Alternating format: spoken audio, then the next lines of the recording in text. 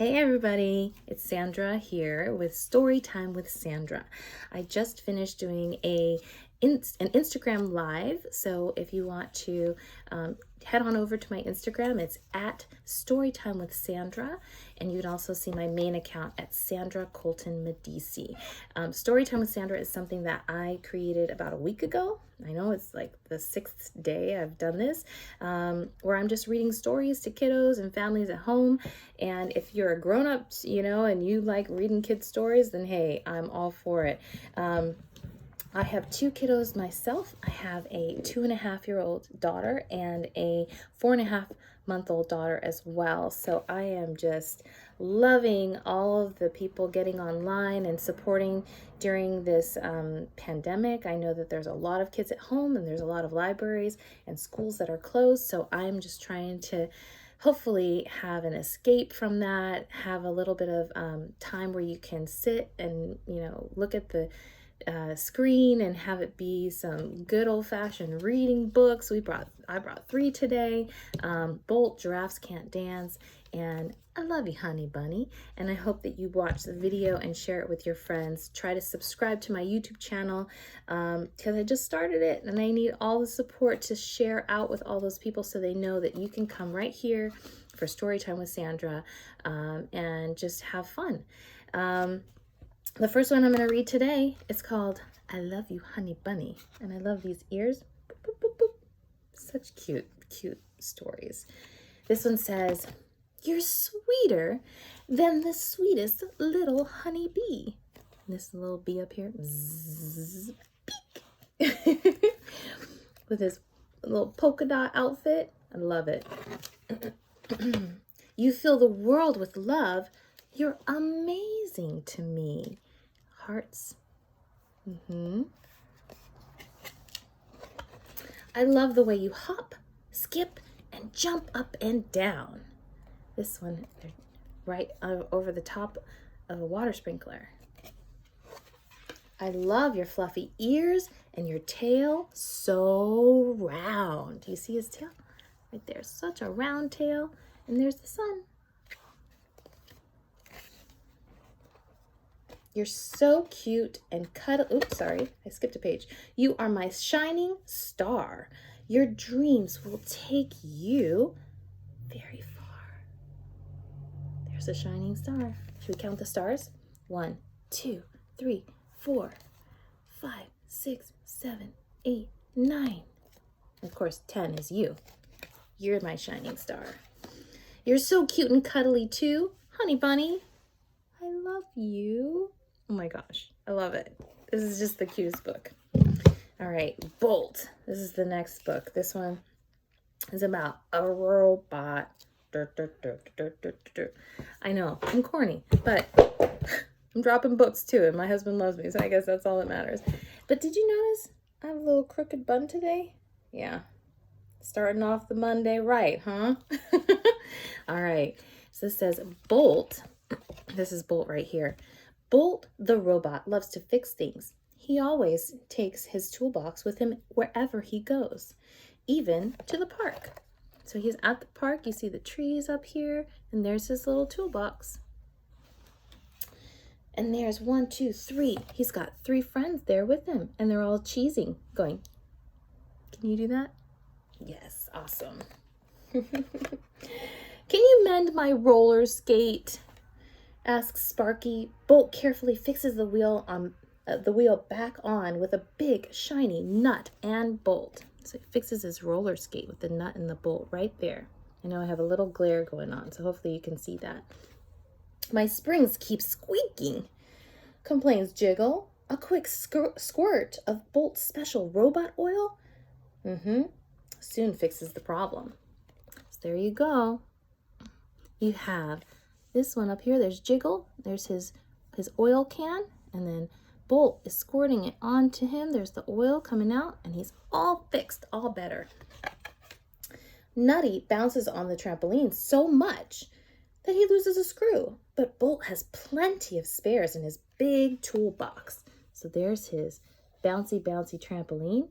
And he's going boing, a boing, a boing. And he's going, "Boo, screw, boo, screw, boo, screw." So So he's losing screws left and right.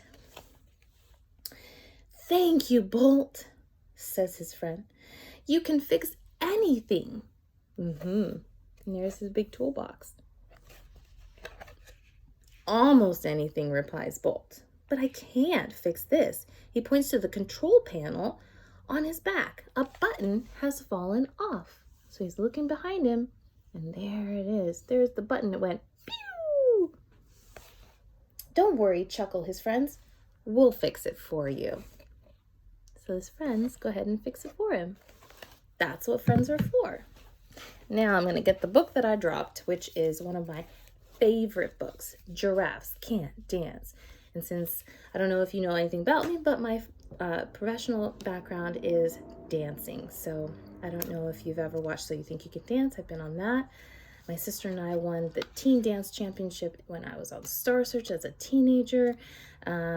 And I was a Laker girl. So I've got a lot of different stuff that I've done. I've toured with Rihanna. I've done a lot of stuff. So check me out.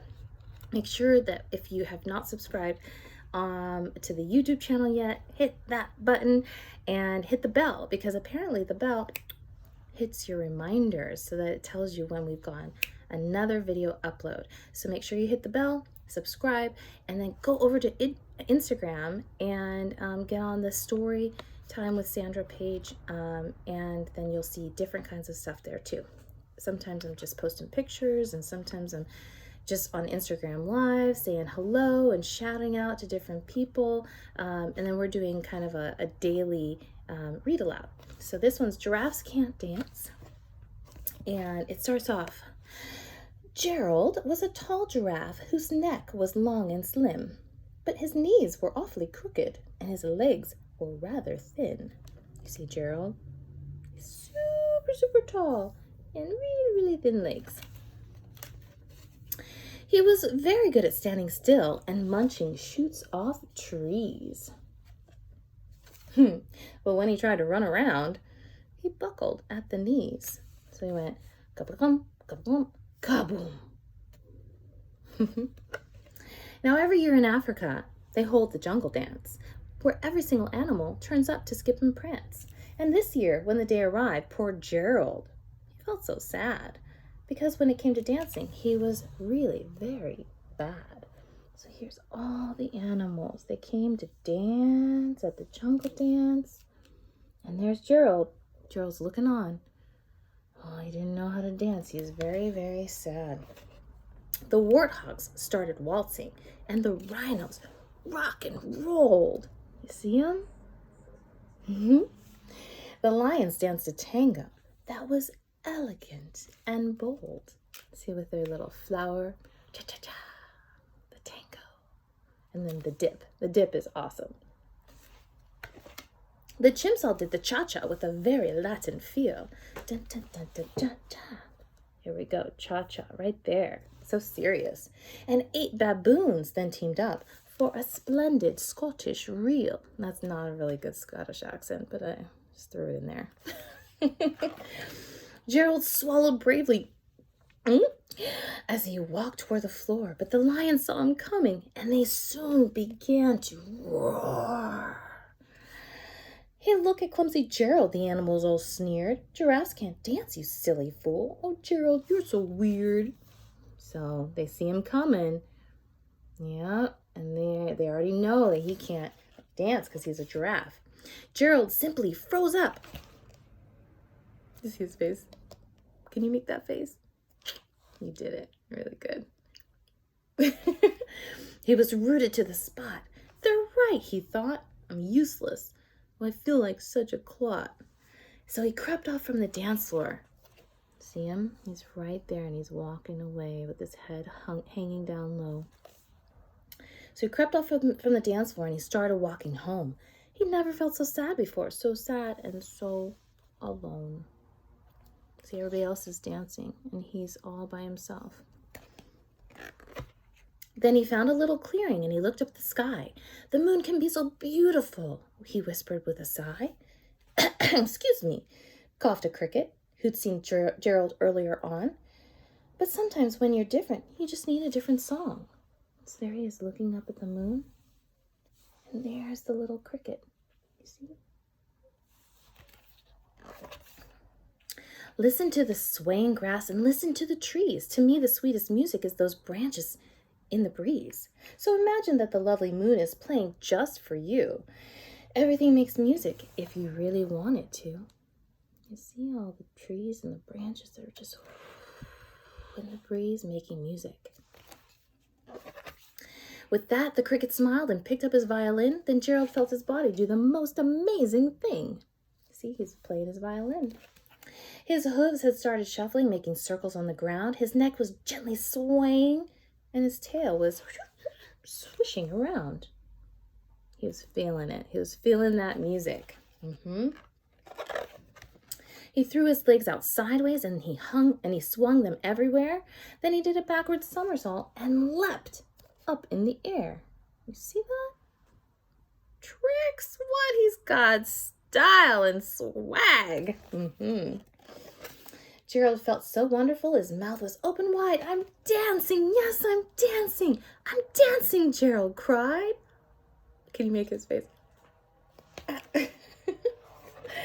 Then one by one, each animal who'd been there at the dance arrived while Gerald boogied on and watched him quite entranced. They shouted, "It's a miracle! We must be in a dream. Gerald's the best dancer that we've ever seen." You see all of those moves he's got? He's got a 70s staying alive.